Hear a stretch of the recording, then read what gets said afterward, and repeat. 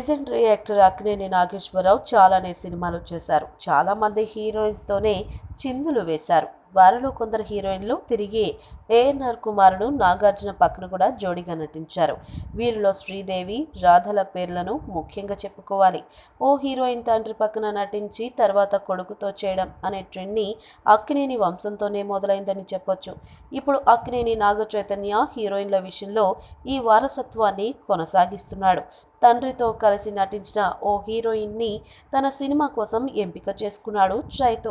ఈ అక్కినేని కుర్రాడు హీరోగా సురేష్ బాబు, సాయి కొరపాటి కలిసి నిర్మించనున్న ఓ చిత్రం రీసెంట్గా ప్రారంభమైంది.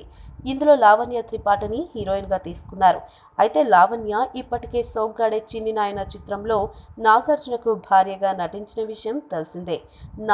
లావణ్యల జంట కూడా చూడముచ్చటగా ఉందనే పేరు వచ్చింది. నాన్నకు భార్యగా నటించిన భామను తనకు హీరోయిన్గా తీసుకున్నాడు చైతు. ఇక ఈ మూవీకి మరో స్పెషాలిటీ కూడా ఉంది. మేనమామ సురేష్ బాబు నిర్మాణంలో నాగ చైతన్య చేస్తున్న తొలి మూవీ కూడా ఇదే కావడం విశేషం. ఈ చిత్రం ద్వారా కృష్ణ అనే కొత్త దర్శకుడు టాలీవుడ్కి పరిచయం అవుతున్నాడు. అయితే రామ్ చరణ్కి హీరోయిన్గా చేసిన కాజల్ ఖైదీ నెంబర్ 150లో తండ్రి చిరంజీవికి హీరోయిన్గా చేసి మెప్పించిన సంగతి టాలీవుడ్ ఆడియన్స్కి తెలుసుగా. ఈ వీడియో మీకు నచ్చినట్లయితే సబ్స్క్రైబ్ చేయండి. ఫిలిమి స్టార్స్ బోలెడంత న్యూస్ బోల్డ్గా